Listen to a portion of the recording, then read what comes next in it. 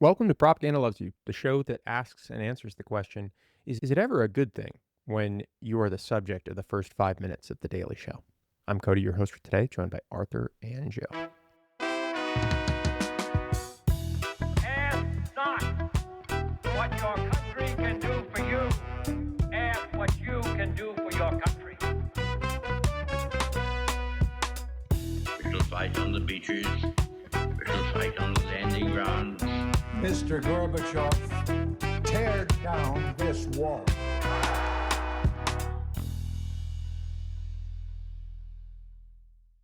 Welcome back to the show. I'm Kodie, your host for today, joined by Joe and Arthur. We are going to talk a bit about New York 21, do an update there since our last episode. You know, we've had the primaries run through. We've got a Republican and a Democratic winner of those primaries. Date on that, and then we'll also talk a bit about what's going on in Maine right now with Graham Platner and kind of the collapse of his due to some fairly credible sexual allegations that have come out within the last days.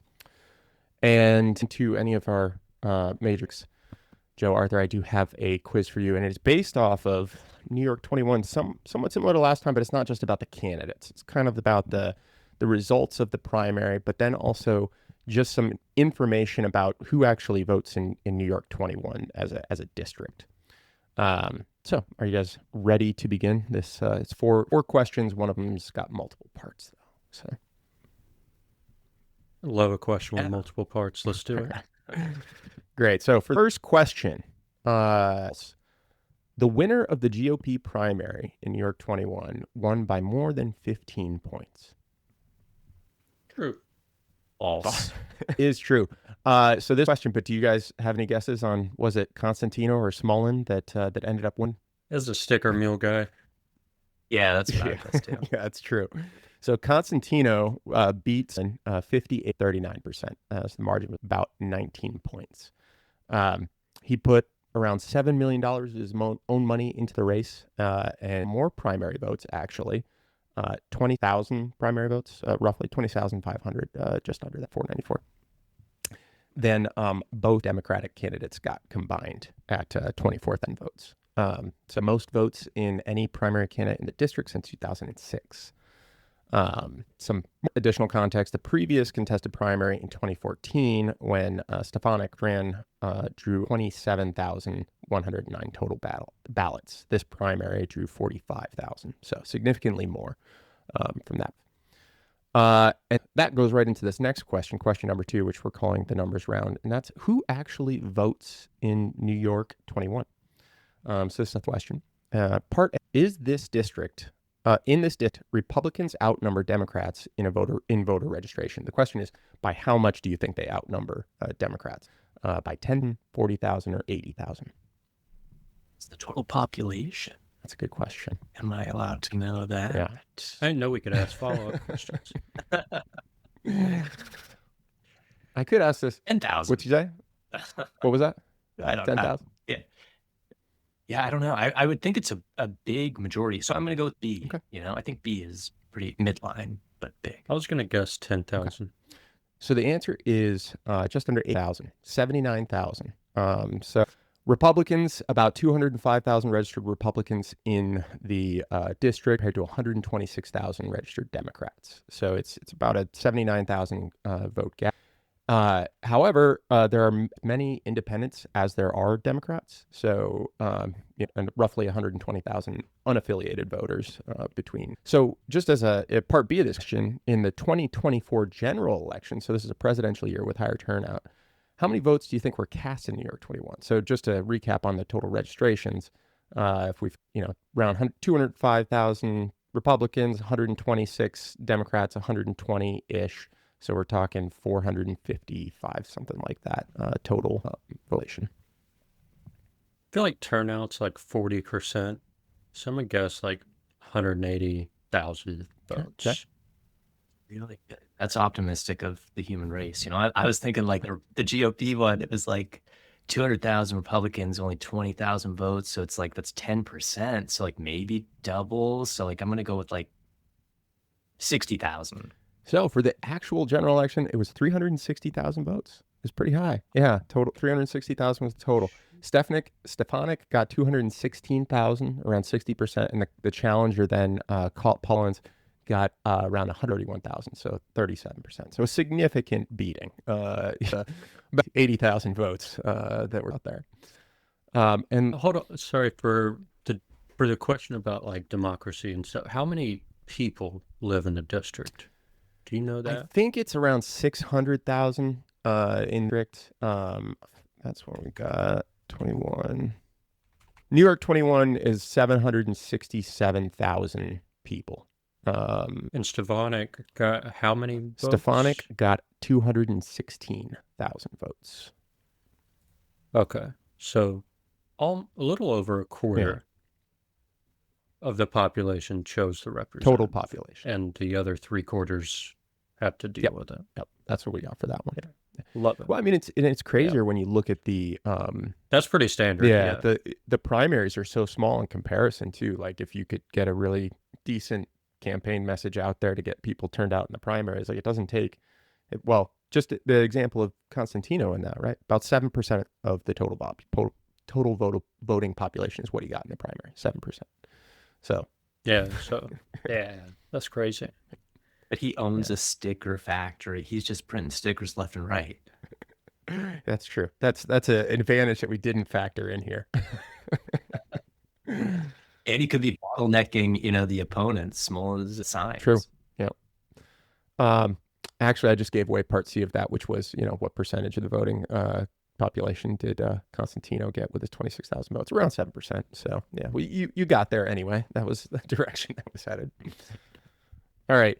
So last week, what we talked about was something interesting that could happen if Constantino won. Either Constantino or Smolin winning the primary campaign, both of them had an independent line on the ticket. So they could have stayed on the ticket, right? Robert Smolin stayed on the Conservative Party line, setting up a three-way race, as we had talked about. No. I have my fingers crossed for yes, but let's see. It will not be that case. Smolin dropped off the Conservative line on July 3rd after meeting Trump in the Oval Office the day before.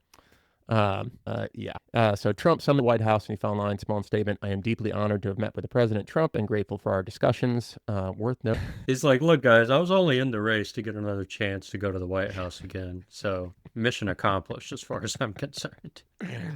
Yeah. So he's off the line. And Ashton was the one that won the Democratic primary pretty handily.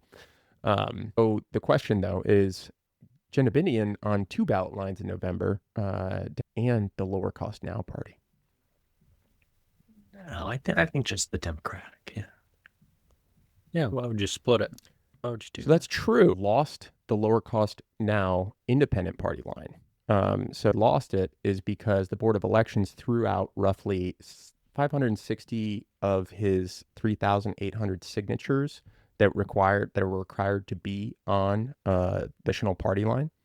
That's because Constantino's campaign challenged the signatures. So now in November, Gendebien will only be on the Democratic Party line. I think Constantino has secured 2 separate lines on the ballot. And this kind of rolls into our overall New York 21 update. But that this may play a role in the election is that there might be people that will not vote Democrat Party line out of principle, whether they're Republican or independents that just don't want to vote for Democrats. But if you secure an independent third party line, which Blake had thought that he did with the Lost Costs Now party, the hope is that those individuals would vote for him on that line. But because that was challenged, that part's been thrown out. However, Constantino submitted around 9,200 signatures, own Taxpayer Rights line. So he'll be on the ballot for 2 separate party lines. That's an interesting play in New York 21 and how that's actually going to play out on the ballot. Who knows? It just means it's going to be harder for Blake to try and convince people to actually vote Democrat than independent, or at least that's the theory there. Yeah, it smells fishy, but we'll see how the general election turns out. I'm sure there'll be more drama. Oh, without a doubt.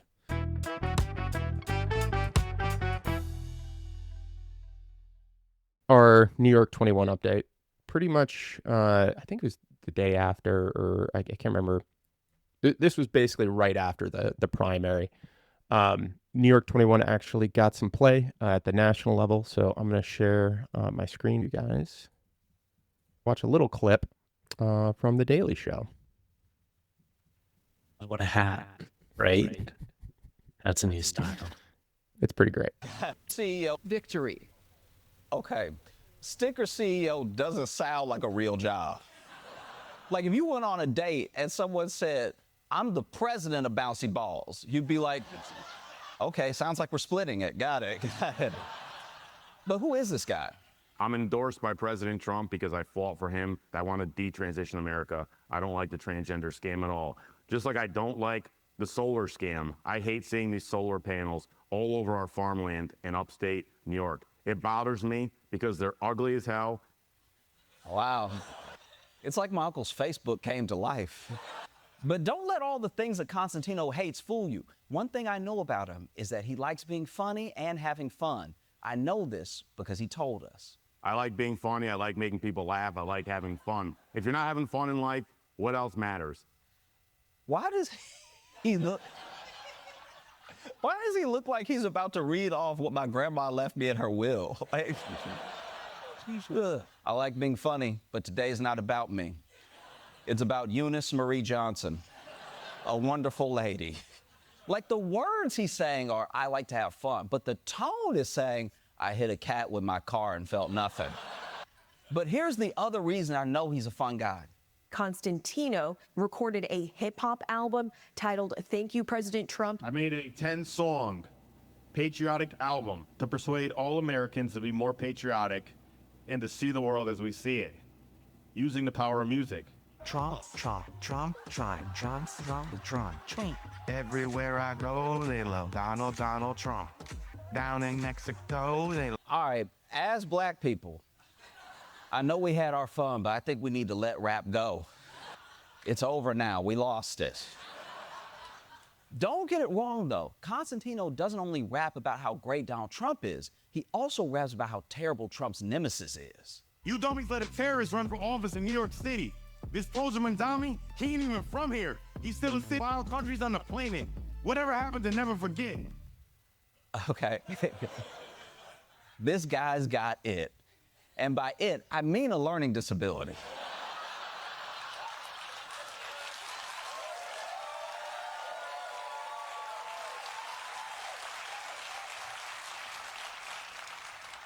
Also, I don't know if you heard that, but does he think Uganda did 9/11?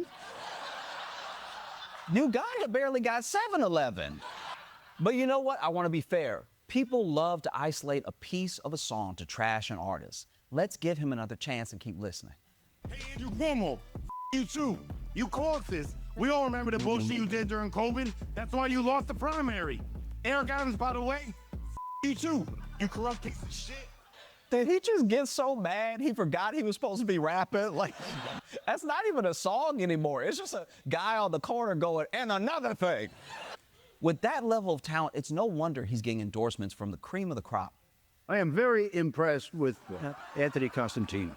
Anthony is exactly the kind of person we need in politics. It's like, this is what I talk about, that people like this have to get involved in politics. Why are you looking up?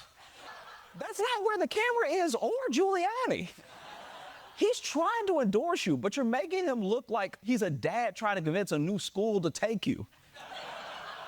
Like, no, you don't understand. He's a good boy, all right? He doesn't do well in class, but he makes the kids laugh. He didn't mean to hurt that girl. He had just never seen curly hair before.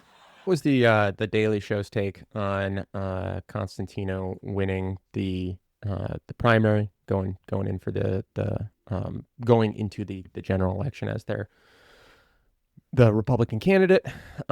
So Constantino did have a response to this. He asked if Josh Johnson whether he had removed his testicles yet, and separately he told reporters the fact that the Daily Show spent 25% of their show talking about me is interesting. They don't normally do that about newcomer politicians.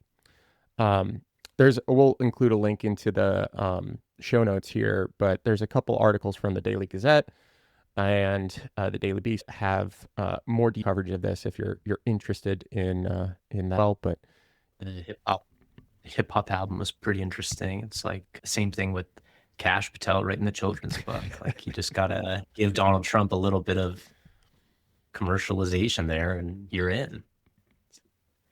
Yeah, those rap albums are wild. I'm just kind of struck by the difference of the types of candidates we're getting. Like in the world of Donald Trump's personality dominating U.S. politics, we're getting a lot of different kinds of candidates on the Republican and Democratic side. And I don't know, maybe is Constantino like representative of the type of new politicians we're seeing on the right? And is Mamdani, Janice Lewis George, and other progressives representative of the type of new politicians we're seeing on the left? One is all about like ideas and policies and substance, and the other one is about like, I don't know, name calling and weird clout. I don't really get what the appeal is with what he's doing, but I'm just kind of thinking about those two different kinds of political upstarts that we're seeing. Makes me hopeful, I guess, if that's the competition for the left. I think you think at some point anyone that gets involved with politics deeply, like in the U.S. and attaches themselves to Republican side or Democratic side, they're gonna have some schismogenesis like happen, right? That's gonna push them away. But are we in a period of accelerated schismogenesis? I mean, extreme polarization is what people usually call it. But I mean, is that essentially what's occurring with the type of candidates that you're seeing pop up? They're going to be polar opposites or ends of the spectrum. Yeah, there's some of that going on for sure. But I don't know, I feel like if it was fully schismogenic, that there would be some, and maybe there is, but they're not advertisement, like policies the right has in mind. That's not what they're leading their campaign with, right? If they do have specific policies in mind, they're not advertising them. And that's kind of suspicious. So, yeah, I don't know. It's like there's a group that is consistently putting out, these are what we think for our policies and what we should be doing, and this is going to make things better. And I'm not trying to put words in your mouth, but this is what I'm hearing. And there's another group that is leading with emotional overtones, attacking other people, creating scapegoats, and trying to deflect off of issues. Is that? Yeah. I feel like with the candidates on the left, and we'll get into this with Graham Platner, but the people who are excited about those campaigns aren't really there for the personality. Like Mamdani is a charming guy, but people didn't vote for him because he's charming. It helps, but they voted for him because he has big ideas that excited them, and they wanted to see those policies put into place. The sticker mule guy, I'm not sure what's exciting people other than some weird fascist allegiance to Trump that they want to jump on. That's all I'm really seeing. Yeah. Wonder, it means how good is your PR team? So looking at Blake, so the Democratic side, like I mentioned, Blake Gendebien did win 6% of the vote, while Stuart Amaral came in with 34% of the vote. And like I said, both Stuart Amaral and Blake Gendebien, their vote total was less than the total votes that Anthony Constantino got. So I think all combined, they're around 24,000, with Blake getting 15,000 votes, a little over that, and Stuart getting a little over 8,000. What I thought was interesting about this was just like how small that number really is between Blake and Stuart, given the amount of time that Stuart had to campaign versus Blake has been campaigning for a year, like over a year at this point, since he was looking at that special election. Actually, it's like almost 2 years he's been campaigning, and that was what they put together. I don't know. I felt like that was a red flashing sign for me when I just saw those numbers.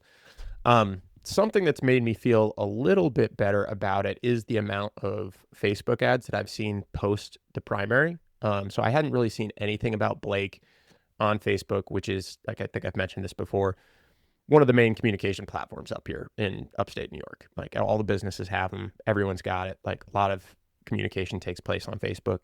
But after the primary, I started seeing a lot more of his ads start popping up. So that feels like a deliberate thing to me. Like they thought they were leading the primary. They didn't feel like they had to engage as much. And once they got out of that, use their money against Constantino, which I think they were hoping was going to win. They put out a poll pretty much right away. This was an internal poll from Gendebien campaign. Constantino was leading 45 to 44 with 11 undecided. So basically a tie, according to their internal polling. What they said after receiving messages on both candidates, the number flips to Blake 49 to 40. So the pollster that was quoted on this was Impact Research that actually did the poll.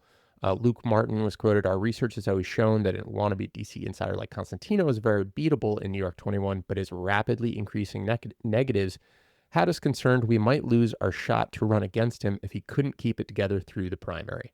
The more money he spent, the more we saw his unfavorability tick up in our polls."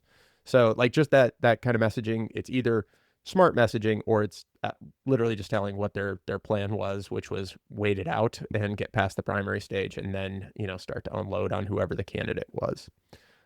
Still, it's not going to be easy because Blake would need to flip somewhere between 40 to 50,000 votes based off the 2024 election in order to win. And he has to do it, as I mentioned before, on just a single line on the Democratic ballot for this election. So structurally, it's going to be really difficult to pull off. But I think Constantino is a pretty imperfect candidate that's just tying himself directly to Trump. So the worse Trump does, the better anti-Trump messaging should do in the area. But again, who knows what's going to happen in the next few months. But that's where we sit right now with New York 20.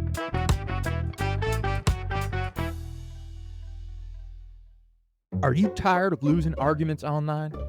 Do you find yourself sweating through your graphic tee when someone asks you for a credible source? I used to be a dweeb. Last week, my colleague Kevin sent me a 40-page PDF on municipal zoning laws. I panicked. I almost read the first paragraph, but then I remembered my training from the Culture War boot camp. On what you did, Brad. I didn't open the PDF. I took Kevin's LinkedIn profile picture, used a Snapchat filter to make his forehead look massive, and I replied, "Nice try, Fed." Then I closed my laptop and I ate a sleeve of Oreos in the dark. Boom. Total narrative denial. That's 22nd century thinking. Winning implies a logical conclusion, and a conclusion stops the monetization loop. This is just one of the creative courses we offer at our Culture War Bootcamp. And remember, if they reply with a graph, post a picture of a yellow minion in overalls laughing at their text. It drives them into a fugue state. It really does. My family hasn't spoken to me in months, but online I am an apex predator. An apex predator who doesn't even have to put on pants. Enlist in the Culture War Bootcamp today and help defend the digital front line. Enrollment in the Culture War Bootcamp automatically registers your residential router as a decentralized signal booster for Deceive America Pack. Exceptional students will be fast-tracked for physical, non-voluntary recruitment into the atmospheric kinetic ordnance patrols.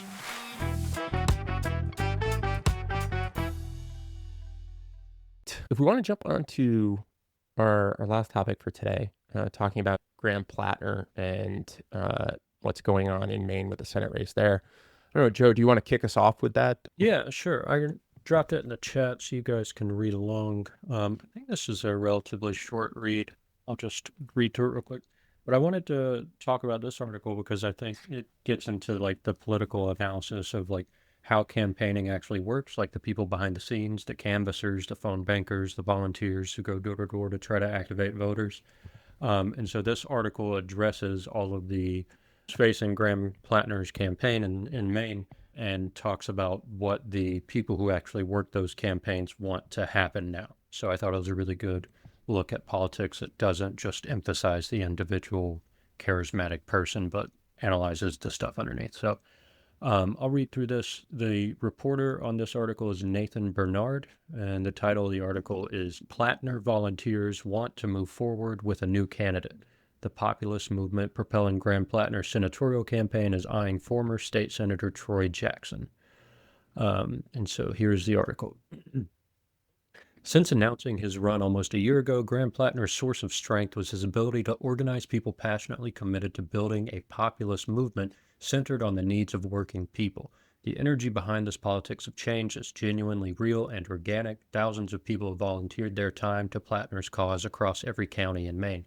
But after allegations of rape against Platner broke yesterday, many of those volunteer workers no longer believe he is the right standard bearer for the movement they've been working so hard to build.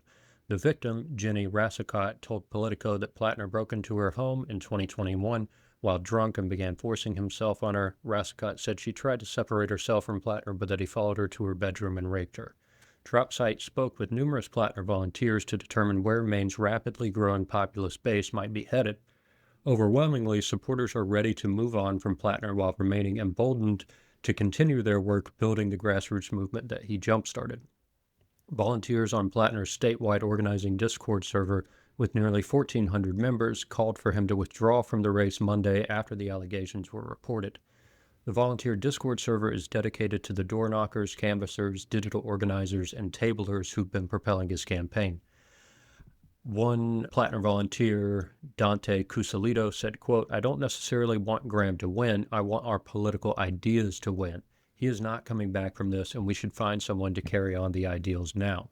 Cusalito is also a recent college graduate from York County who Dropsite interviewed, and he went on to say, "People can be flawed and become better, but hanging your movement on the coattails of somebody credibly accused of sexual assault is the exact thing we are trying to be better than," end quote. The initial volunteer-powered response for a progressive replacement for Platner has centered on former state senator Troy Jackson, a Bernie Sanders-backed logger from northern Maine who was endorsed by the Maine DSA. Jackson served as president of the Maine Senate from 2018 to 2024 and recently ran for governor in the state's Democratic primary, finishing a close third. An online petition is now circulating to draft Troy for Senate and has been endorsed by the Jackson team in their own Discord server. Troy Jackson campaign spokeswoman Christine Kirby told Dropsite that since the Politico story dropped, they have been flooded with calls, texts, and emails asking Jackson to step in. She said, quote, "He is clearly the strongest option to replace Graham Platner and take on Susan Collins in the general election. This movement is greater than any one person. It's about a coalition of Maine people fighting for a future that doesn't have to belong only to the wealthy and powerful, and Troy is up for the fight," end quote. Jackson filed paperwork Tuesday with the Federal Elections Commission to form a U.S. Senate Exploratory Committee. He is the first Democrat to do so. A recent poll of 405 likely voters found Jackson with a 5-point lead over Susan Collins. The process for selecting a new nominee is still being decided. As of Tuesday morning, the Maine Democratic Party has said it will not be choosing the replacement by committee. Sources close to the situation have said a state convention in which delegates elect a new candidate is under serious consideration. In order to begin the replacement process, Platner would need to withdraw by July 13th. The Maine Democratic Party released a joint statement calling on Platner to withdraw. Quote, this Senate race comes at a pivotal moment in the struggle against a government supported by Senator Collins that serves the interests of the wealthy and powerful at the expense of ordinary Maine people. It is essential that we refocus this campaign on that struggle, the statement said. Corey Butler, a mid-30s volunteer and part-time media staffer from the Platner Discord server, told Dropsite the new allegations were, quote, "pretty much a red line for everyone involved," unquote. He has been working with the campaign at almost every event and town hall since its beginning. If Platner does drop out, he would really like to see Troy Jackson get the nod as a replacement. Patrick Reese, age 29, a volunteer from Portland, described himself to Dropsite as a, quote, "hardcore Platner supporter who has been working with the campaign since the first town hall."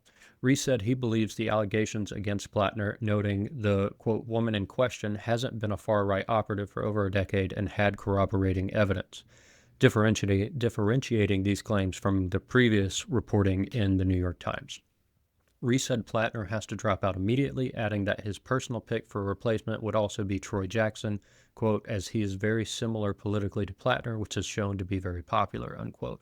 Regardless of the nominee, he will absolutely continue volunteering.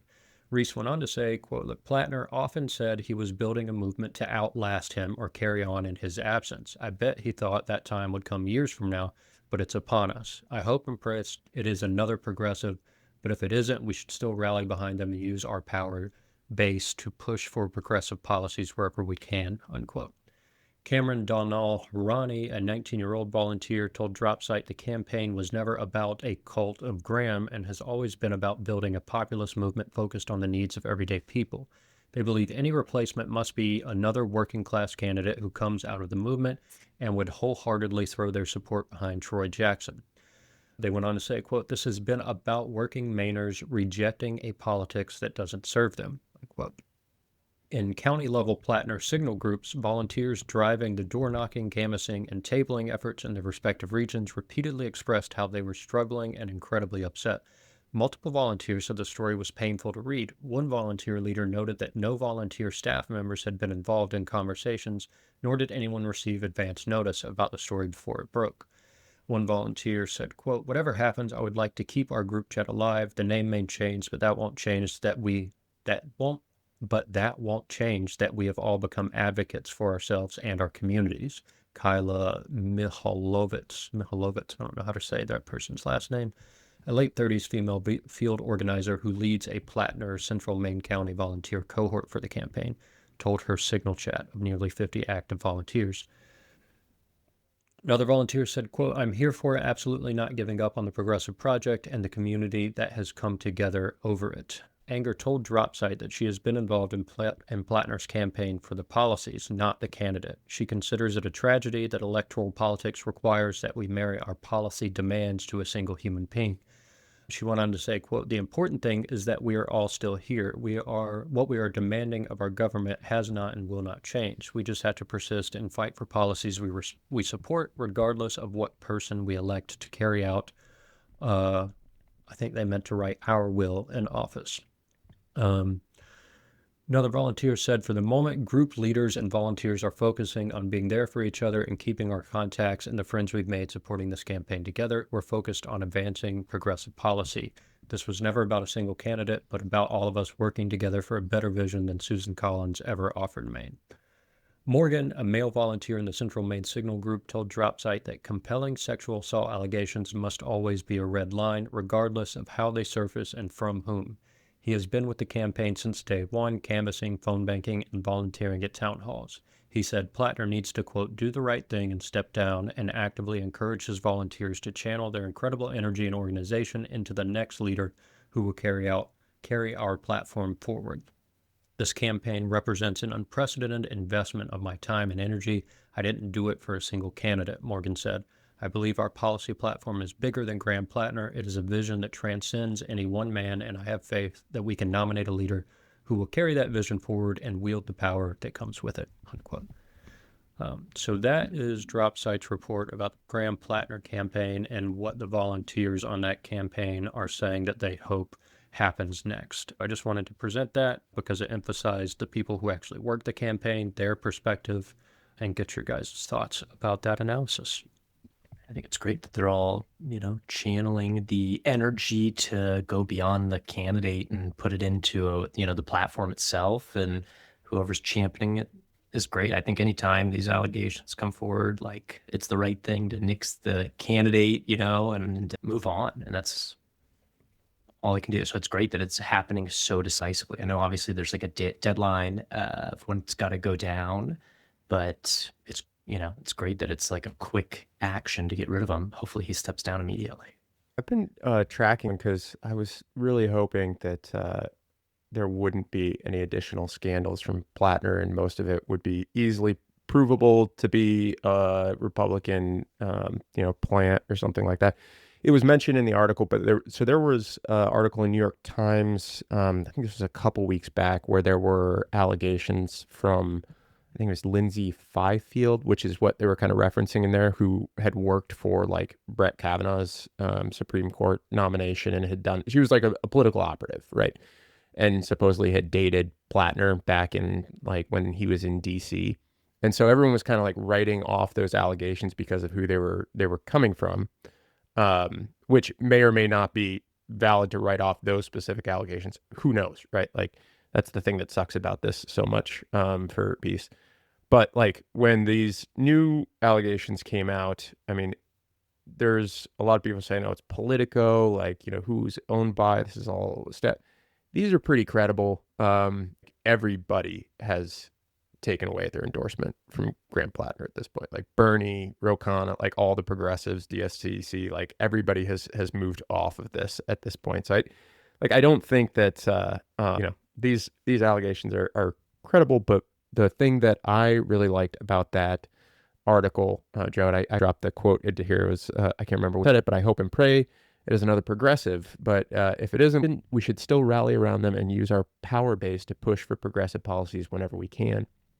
And the reason I say that is because I think the Democratic Party in Maine has also been putting out information saying that Graham Platner and his campaign has no input into how the Democratic Party is going to select the next candidate. So there's like obviously some, political struggles going on internal to like who's going to be put up there. Will it be a progressive or will it be another establishment person? But I found that specific quote heartening just because it's realizing that even though this candidate was flawed, movement that can be built can move past that candidate. And there's real power there. Even if you don't get your candidate into office, if you build a base and you build a strong enough group that can advocate for things, then you still have political power. And so I took that as a positive there. I like that quote. I just think it's an interesting experiment to sort of compare how the different types of politicians handle scandals like this. Like Trump's had, I don't know what, 11 credible allegations against him at this point. And, that whole strategy is never to admit anything, never to give up, just keep the person, whatever. And this is a totally opposite approach. It's like the whole point of the politics of the movement behind Graham Platner is not about Graham Platner. He's just a working class dude who represented these ideas that people got excited about. And so they don't need him, the charismatic person, to carry those ideas. They just need someone who legitimately will represent those ideas to carry them forward.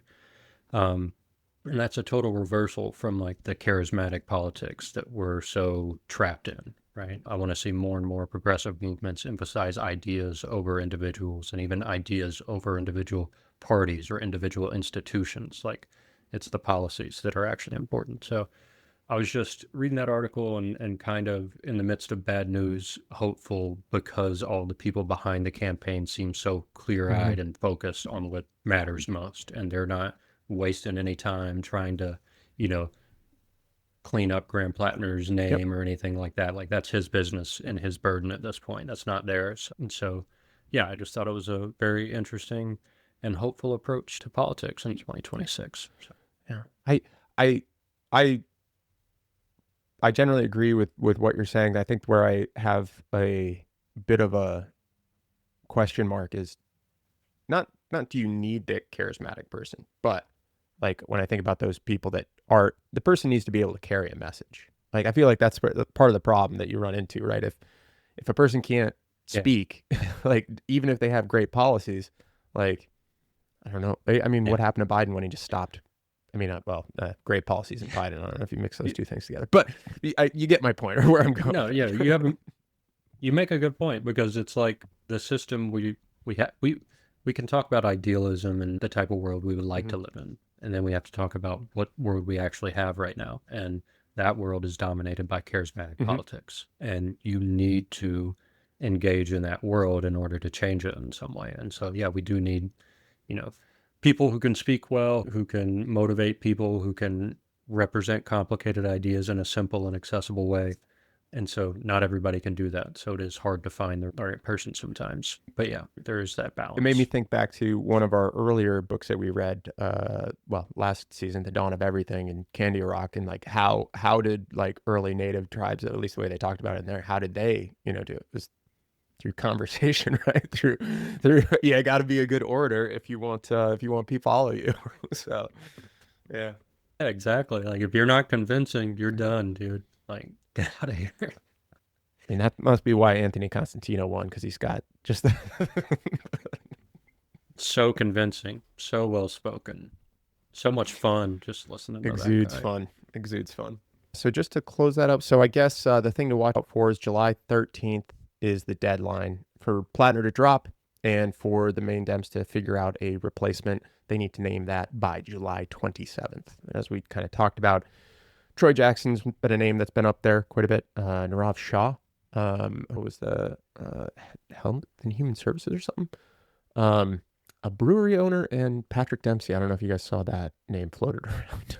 But yeah, apparently he does. The actor. He does a lot of well, he's from Maine and still does a lot of philanthropy there, I guess. And so that's why his name has popped up. Surprised Stephen King hadn't tried to jump No, in I think yet. Stephen King actually is sticking with Platner. He's like trying to defend him. I was like, come Oh, on, come bro. on, dude. Read where things are going. Like, He don't want to do that. People are going to start reading all his weird novels again and be like, why'd you write this that way?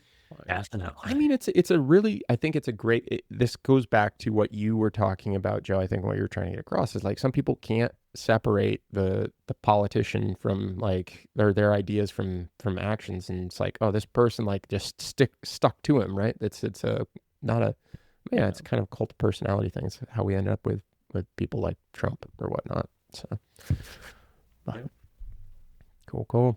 All right. Well, that should cover this episode. Join us on Friday. We are going to talk through our third episode of our book, Minority Rule, that we're covering.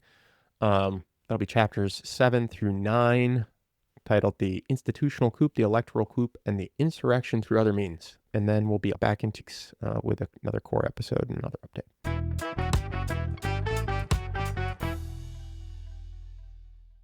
That's it for this week's episode. Thanks so much for listening and hanging out with us. If you enjoy the show, help us spread the word. Leave a rating or review and share it with your friends, family, or anyone who would get something out of these conversations. Your ratings, reviews, and shares help this show grow. And the more people listening, the harder it is for propaganda to win. So until next time, stay aware, stay safe, and remember, propaganda loves you.